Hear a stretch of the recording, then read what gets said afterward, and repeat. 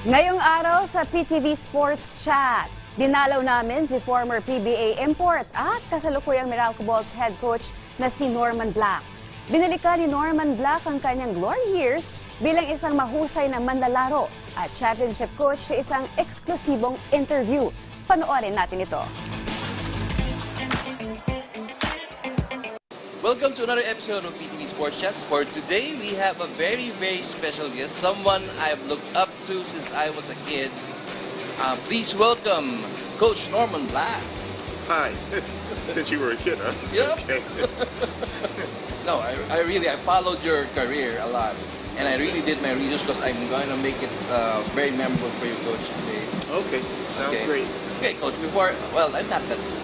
I knew you came from the Detroit Pistons, the NBA, and then you landed here in the Philippines. Could you run us a little bit how that happened?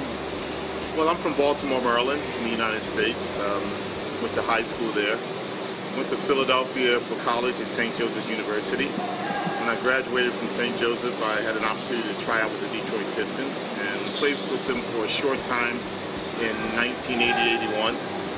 In the summer of '81, I was able to be with them in the LA Summer League, because just like now they have a league in Vegas, before they had a league in Los Angeles, the NBA did, and I was there and I played the entire summer there. I was with the Detroit Pistons for about a month, and right after we finished our last game, I was approached by Coach Jamie Mariano, who was then the coach of the Presto team, and he asked me if I wanted to come play in the Philippines.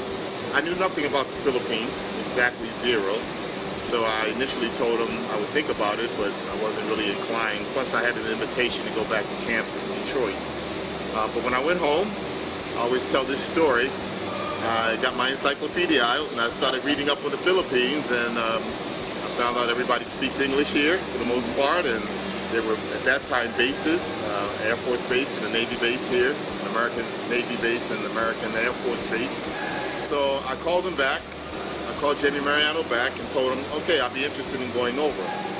And the main reason I did that is because Detroit was not promising me any guaranteed money, and the Philippines wasn't promising me guaranteed money. So when I called him back and told him I was interested, he said he had gotten another player by the name of Lou Massey, who ended up being a great player here in the Philippines. So I was out of luck after that. And I guess about 2 weeks later, I got a call from Frank Hahn, who is the manager of the Filson Teflon team, and he invited me to come over and play for Teflon, and that's how I got to the Philippines. That was my first trip over. So just curious, during that time when you were with the Detroit Pistons, who were the names you were playing with? Because to recall. If you can remember. Well, the guy I stayed with, I actually stayed in his house for a while because I didn't have a place to stay, was Kent Benson, Terry Tyler, Greg Kelsler was one of their stars at that time. It was actually the following year where the stars started to come in. The following year, which was that summer, would have been Isaiah Thomas, Kelly Tripucka. Those guys ended up being great players for Detroit. So that made it hard?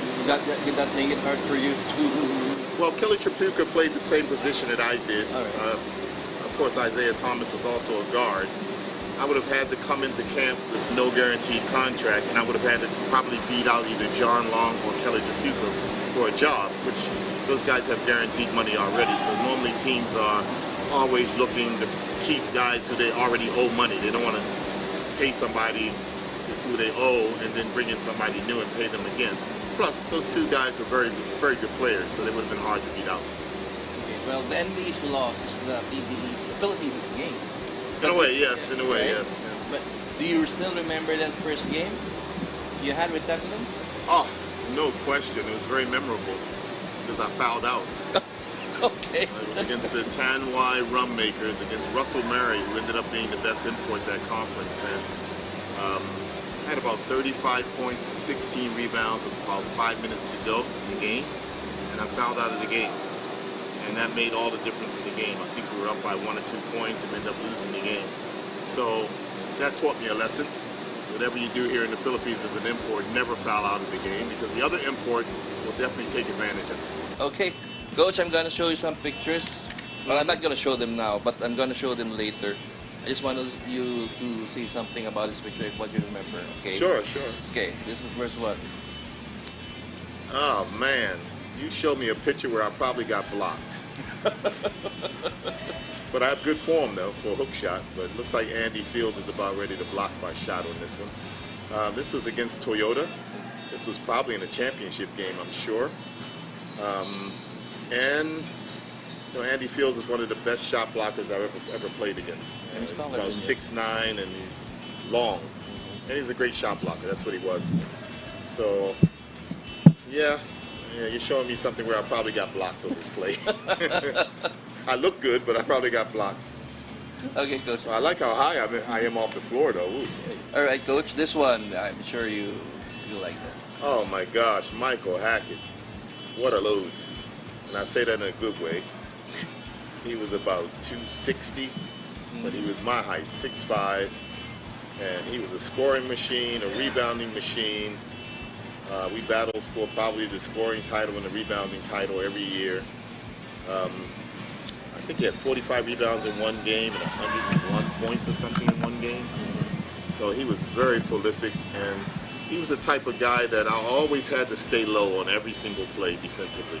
I could not stand straight up and down. That's how strong he was. I always had to bend my knees and stay low so I could get a balance so he wouldn't push me around.